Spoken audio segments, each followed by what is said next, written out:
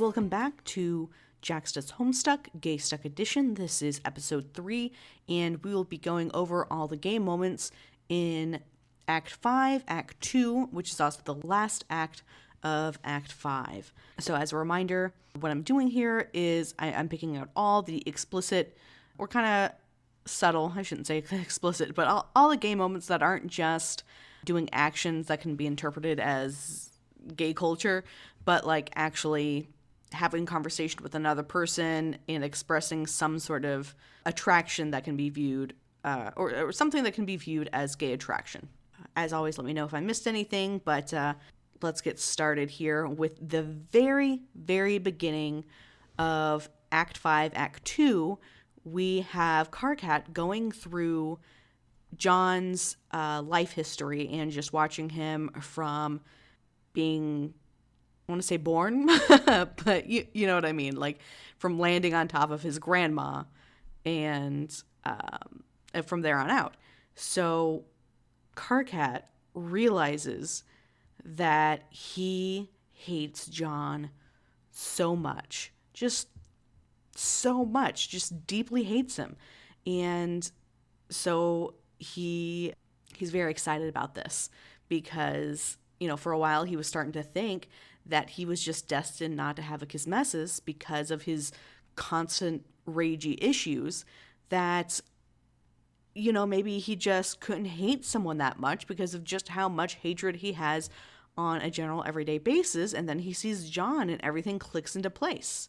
So Karkat proceeds to talk to John for the first time, from Karkat's perspective, and actually says that their hate was fated in the stars, the ones that Karkat created. So basically, Karkat created the person he was destined to hate the most and have the best hate relationship with of all time.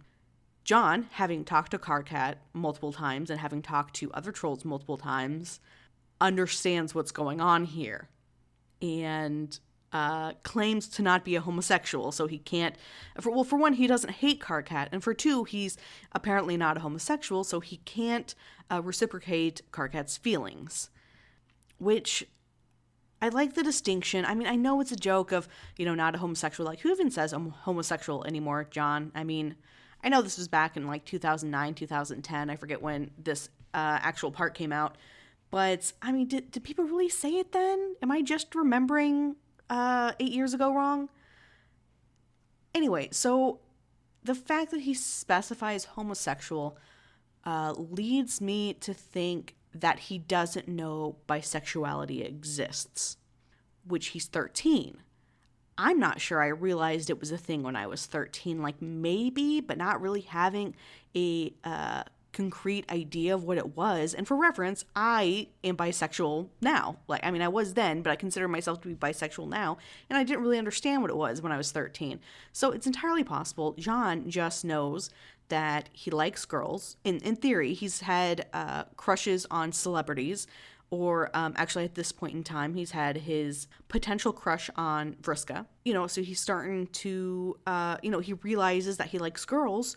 So why would he even begin to think that he would like guys? Because he's not gay, and obviously those are the only two choices. So we have that. And that was just one little line that I got all that from, but that's what this podcast is. So, Karkat gets super awkward, and this is how he dooms himself to talk to John backwards, because he does not want to talk to John. He does not want to talk to a John that knows of his failed flirting attempts. So, backwards from here on out. Next up, we have Kanaya getting very cute and rambly with Rose, partially because Kanaya just rambles a lot anyway, which is, I think, why I always, felt so much connection between me and Kanaya, is because we both tend to get kind of rambly about things that don't really matter. But, so she gets pulled back on track by Rose and gets on the topic of saying, hey, by the way, I'm pretty sure I read your game guide. Which, part of me is taking this as Kanaya confessing that I read your game guide. Is not just like, hey, I read that thing you wrote. By the way, I've actually known about you for a while, not realizing it was you. well, I guess, she did know it was her for a while. But, when she first read it, she didn't know who Rose was. She just read the game guide. And now she's had this knowledge for a while. And hey, by the way, also, I read your game guide. So that's one confession. But the confession that I think is also happening here is I've kind of idolized you for a very long time because of your game guide. Before I even got into this game, I was thinking how great you were. So it's like admitting a crush without actually admitting the crush. So then that takes us to a flashback of Kanaya realizing that it was Rose who wrote the game guide. And at this point, she's talking to Karkat saying like, hey, so we know that they fucked up our session, but do you think it was on purpose or were they just incompetent? Karkat says, why does it matter? And Kanaya's like, it's hard for me to say why it matters because she doesn't want to admit that she's had a crush on this human this whole time, who fucked up their game, from what they understand, and might have done it on purpose in a malicious sort of sense.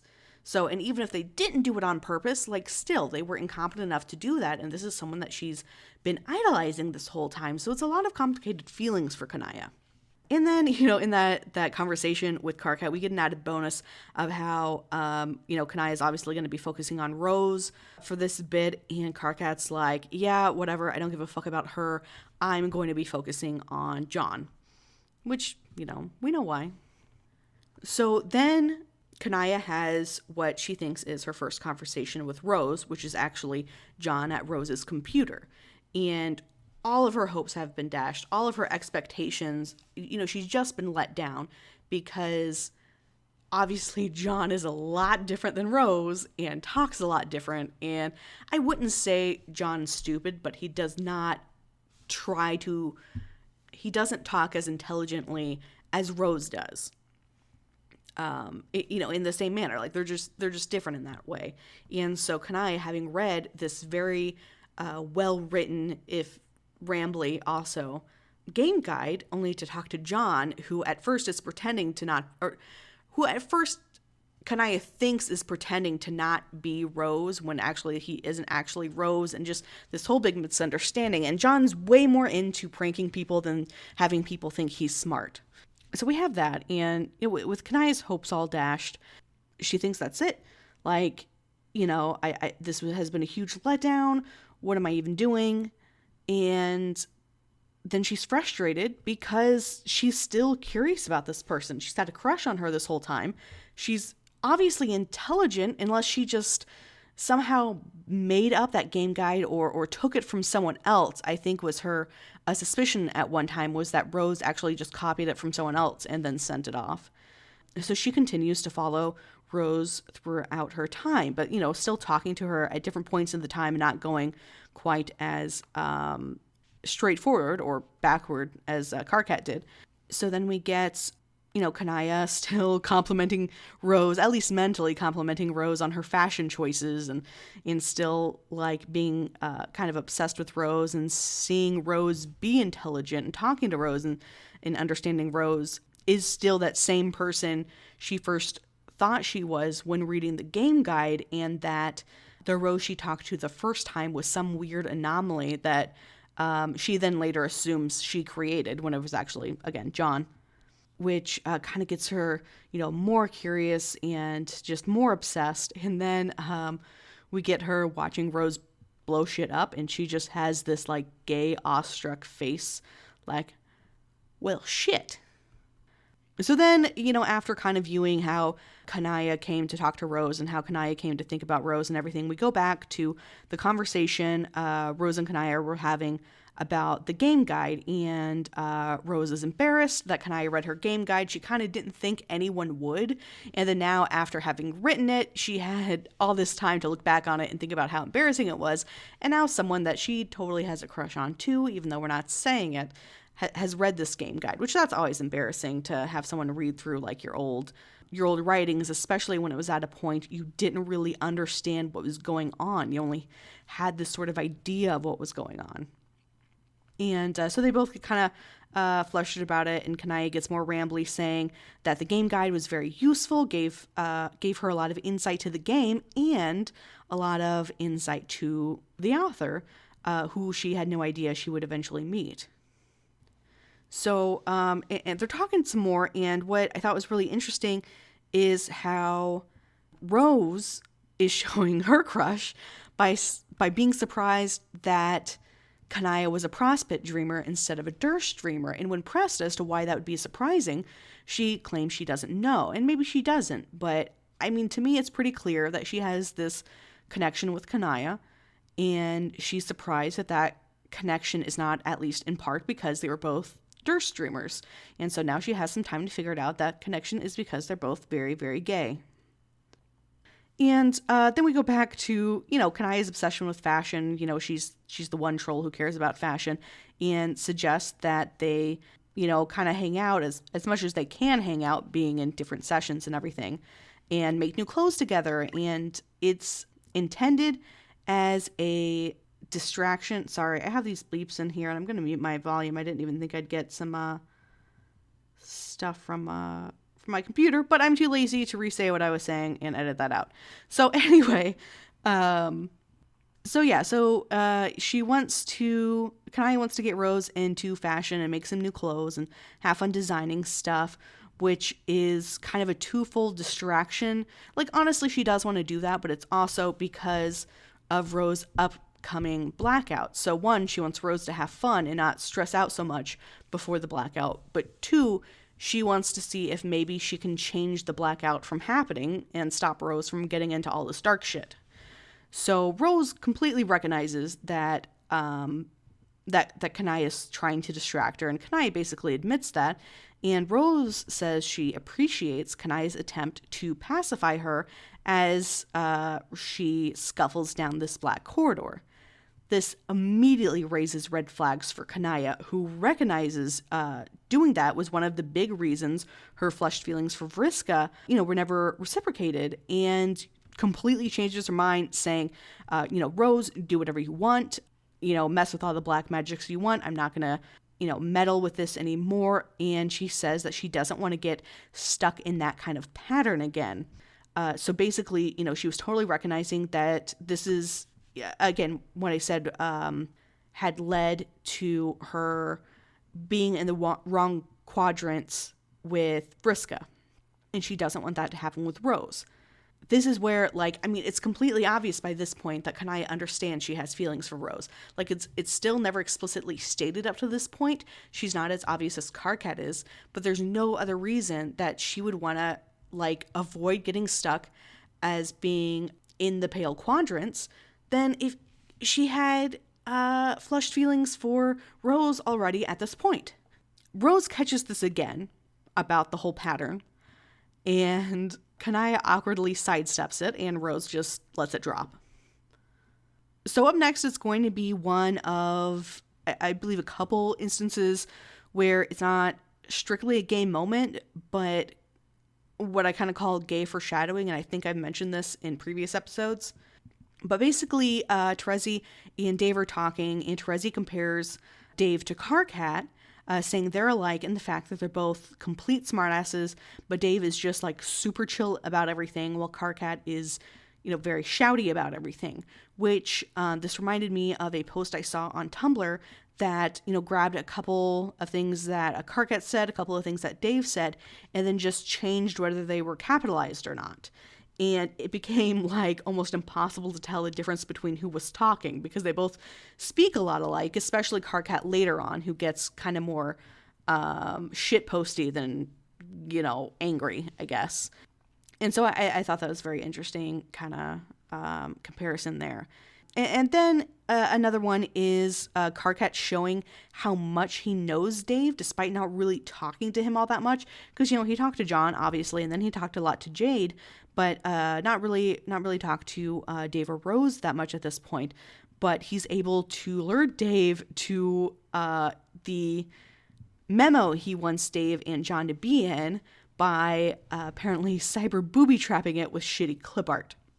So Dave, is obviously attracted to that, and Karkat knows that that's what's going to hook Dave. The next thing isn't straight up gay also, but it's just more about John and his kind of understanding of sexuality up to this point, because like I was kind of saying earlier about his, knowing he's attracted to girls, well, this is where he's confronted with the fact that a girl may or may not like him. And he says that he doesn't think he's ever really liked a girl before in that way, so he's not sure what he's supposed to feel or do. And so, this goes back to the inexperience, which again, they're 13. It's not surprising. So yeah, I just wanted to bring that up as sort of he just knows he's supposed to like girls. He doesn't feel opposed to liking girls. He has crushes on female celebrities. But yeah, when confronted with a girl actually liking him, he kind of freezes and doesn't know what to do. Which, again, a straight 13-year-old boy would probably do the same thing, but we're viewing this under the lens that Dave is bisexual. Or pansexual, or, not mono. Then we have just a little blip where Karkat is trying to dissuade John and Dave from spending too much time with Terezi and Vriska, and of course, Dave has to be all sassy about it and be like, well, I bet you're just mad because you were rejected by a girl, which Karkat has no reaction to. And then he says, or rejected by a guy, which of course Karkat just says, fuck off.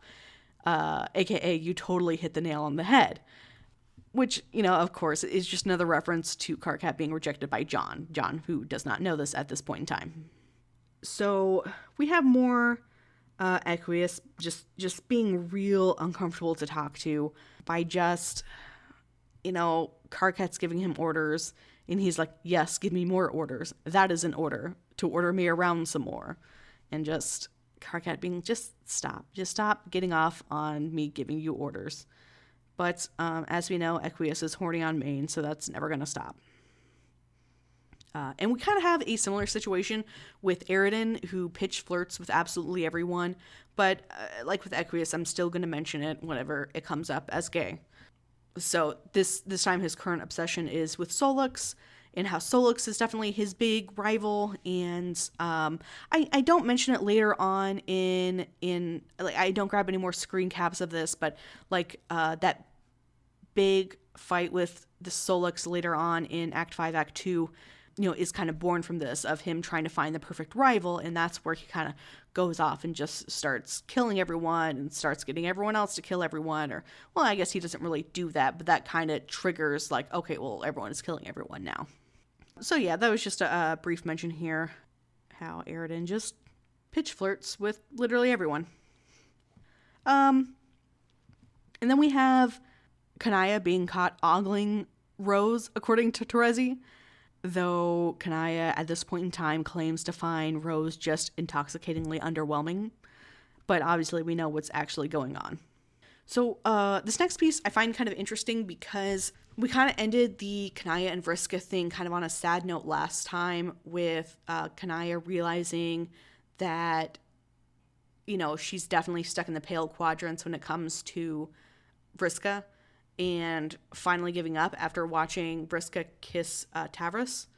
And so we have Vriska bugging Kanaya, being like, hey, why aren't you meddling anymore? Why aren't you talking to me anymore?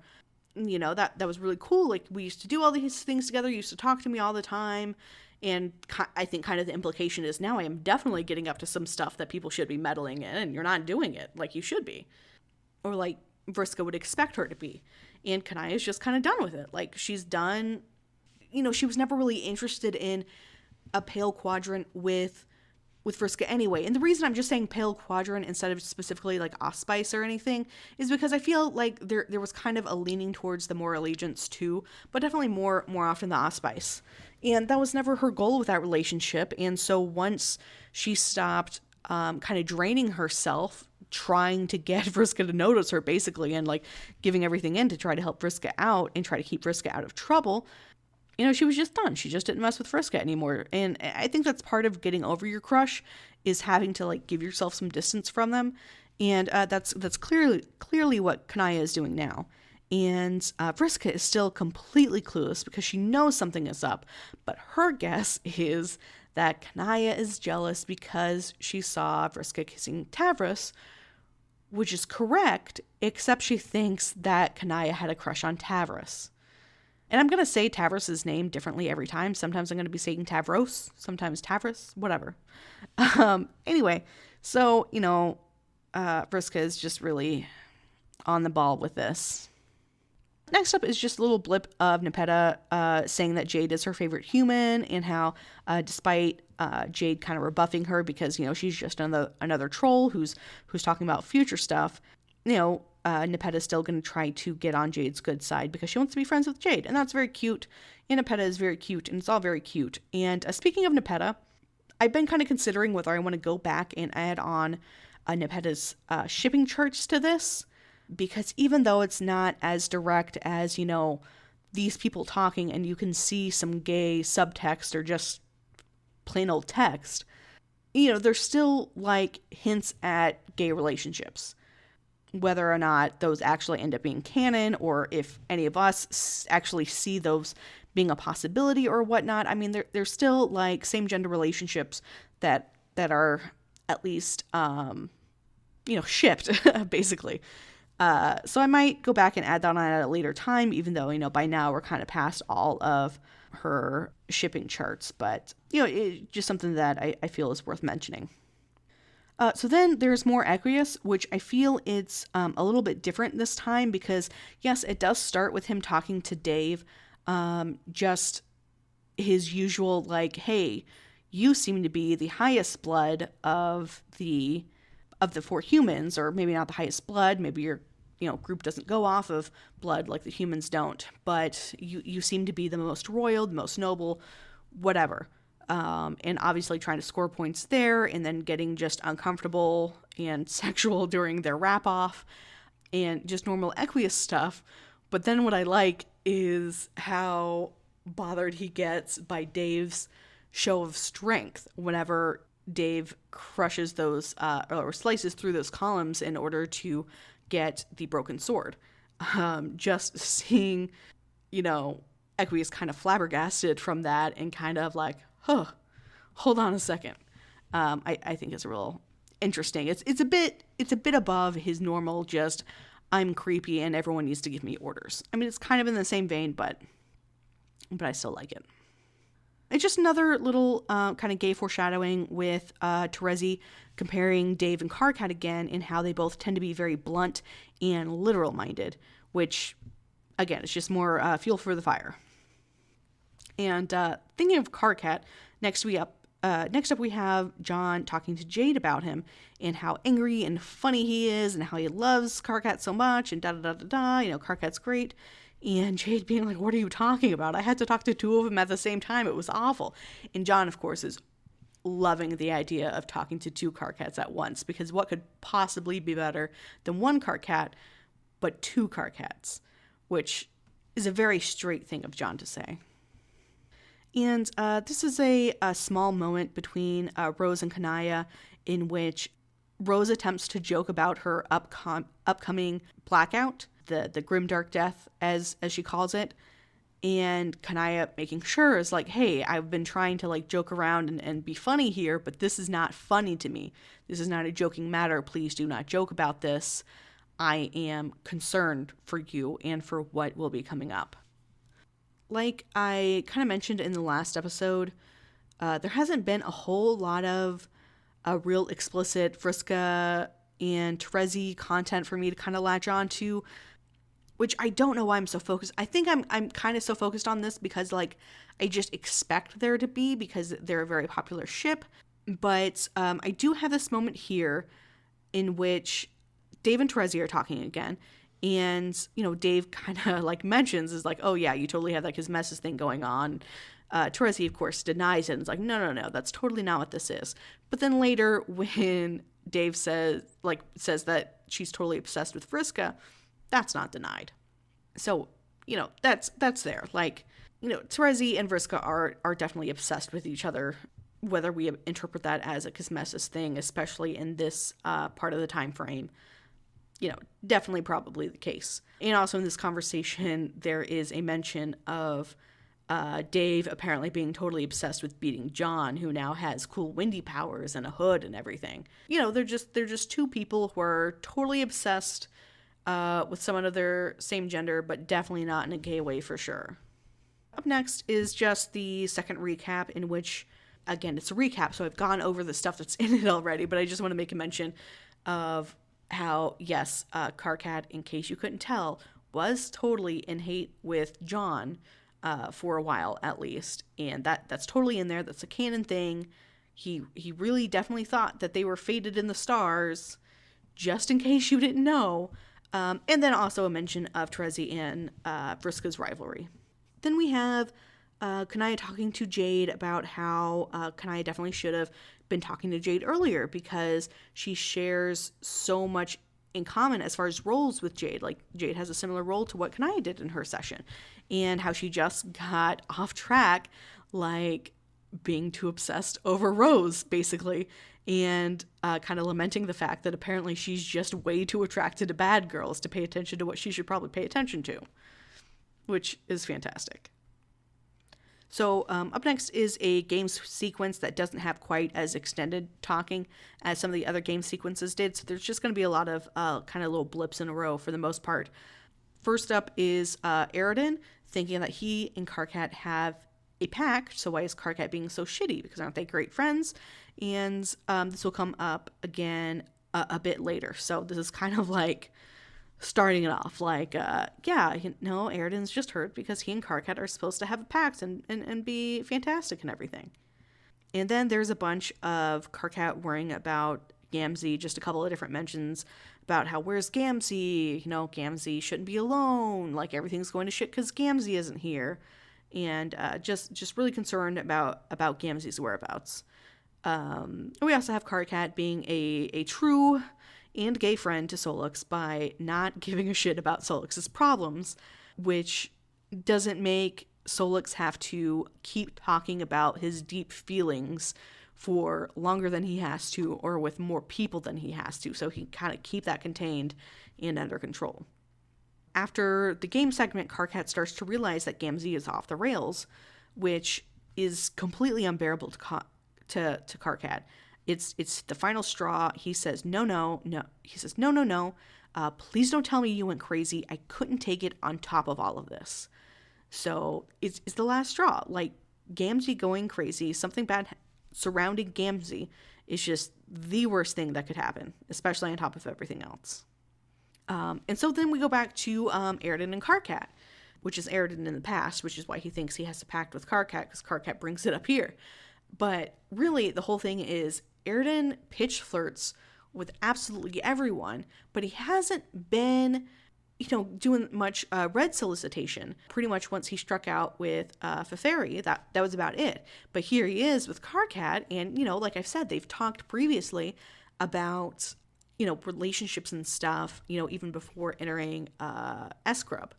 And so now Karkat realizes that while they were in the game, Aridin was totally, actually seriously flirting with him. And because, Aridin was so lonely, and Karkat, let's hang out. I'm very, very lonely. And Karkat pieces it together and is like, holy shit, you were flirting with me that whole time. And he, of course, rejects Aridin, who then says, you're from the future. It doesn't count. And then we have Karkat kind of reaching out to everyone he can about the whole Gamzee deal. And he takes the time, while trying to get all this chaos under control and make sure everyone's warned about what's going on, he makes the time to reach out to John and let John know that everything's going to shit. Because, by this time, even though he doesn't hate John as much as he thought he did, he and John still have this special bond, and he wants to make sure John is aware of what's going on, which is very sweet and gay. I feel like soon you guys will get the point, and I won't have to say gay every third word, but I just want to make it pretty obvious that this is still what we're talking about. Okay, and this might not actually be a gay moment. Like, I literally just said that, but this might not actually be a gay moment as much as it is just, it's vaguely gay, and that's why it's in here, but I also just think it's really funny. But, so Karkat's trying to get Equius to get in touch with Aridin, and Equius' responses is like, no, I definitely don't want to talk to Aridin. And Karkat's like, why the hell not? And Equius says that Aridin's advances make him uncomfortable, which is hilarious coming from Equius, who is the most uncomfortable troll. Like, he's the most uncomfortable troll to talk to. So the fact that Aridin makes him uncomfortable is just hilarious. And part of this could be the pyro dynamic, since he is the second highest blood that you can have. And part of it is is probably because it's kind of a sea dweller versus a land dweller thing, and Equius probably has less idea of how to deal with that. But also because Aridin just pitch flirts with everyone. And then we have a cute little moment between Solix and Karkat, where Karkat is trying to get a hold of Solix, who was talking to someone else. Honestly, I forget. I could look it up, but anyway, he's talking to someone else, and so while Karkat's trying to bug him, he just gives him a little couple pats on the face. Just pat, pat, pat. And that's very cute. And then finally, Vriska has some flushed feelings for Kanaya. If only Kanaya knew, all she had to do to have her feelings reciprocated from Vriska was to turn into a rainbow drinker and slice Aridin in half. That's what you gotta do to get Vriska's attention, apparently. Or be John. Which I think are like on opposite ends of the spectrum. And speaking of Vriska, next up is Dave and Terezi talking, in which Dave totally again understands that there's a Comessus thing going on here. Terezi still denies it, and yeah, they just kind of, it's more talk about Terezi being completely obsessed with Vriska, even though if she denies that Comessus thing. The next instance here, I wasn't 100% sure I would include, because it deals with an ancestor, and it's kind of like I'm putting this in here now, even though I previously did not put in other ancestor gay talk.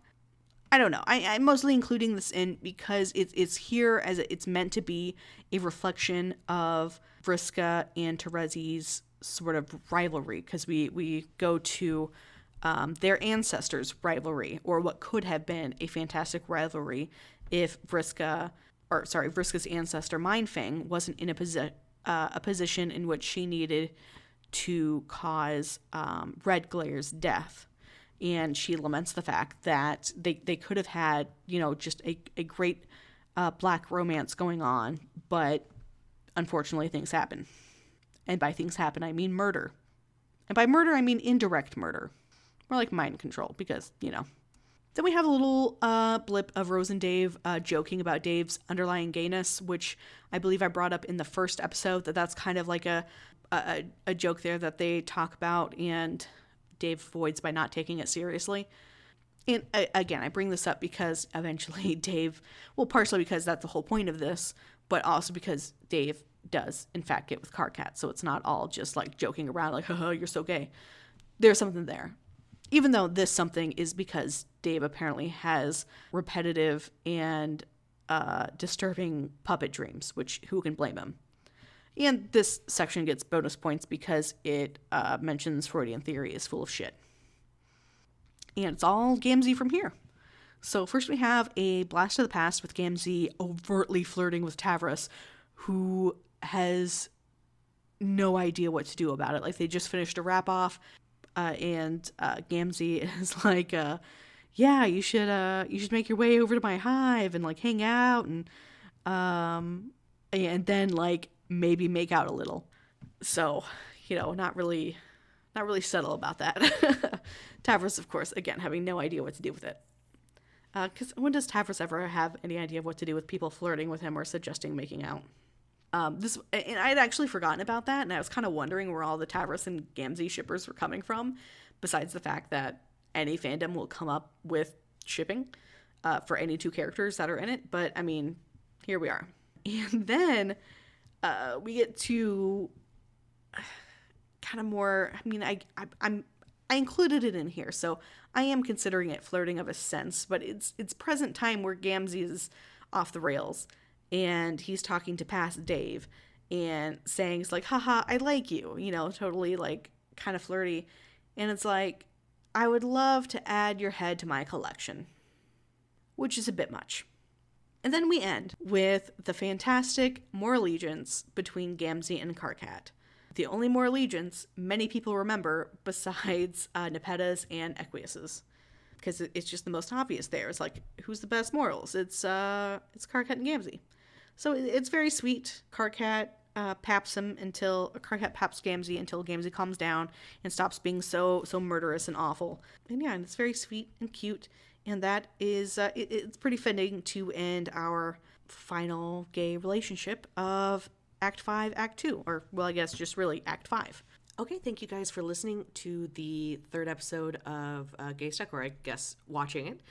And I just want to make a correction. I had previously said that John, the guy who's in charge of the Friends and Fandub that I'm going to be on, I said that his Twitter handle was ectobiologist. The last I is actually a lowercase l, and I did not notice. So that's my bad. Yeah, so we're still getting everything put together. I believe I said in the last episode that we should get the Friends and Fandub by the end of February, so definitely look forward to that. And yeah, let me know if you have any thoughts and ideas of what project you want me to work on next for Jax Does Homestuck.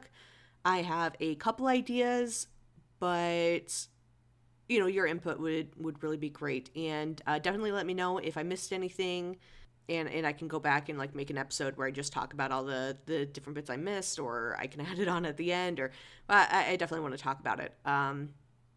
Yeah, and let me know if there's anything else that you'd like from this as a podcast or as a YouTube video, or if you really want me to get working on those transcripts so I can get those uploaded, just let me know what I can do. And please like, subscribe, and share, whether it's this YouTube video or if it's my podcast on jdh.buzzsprout.com or really anything else. But yeah, again, thank you for listening. And I will see you guys next time I post a video, or this Wednesday with a new podcast.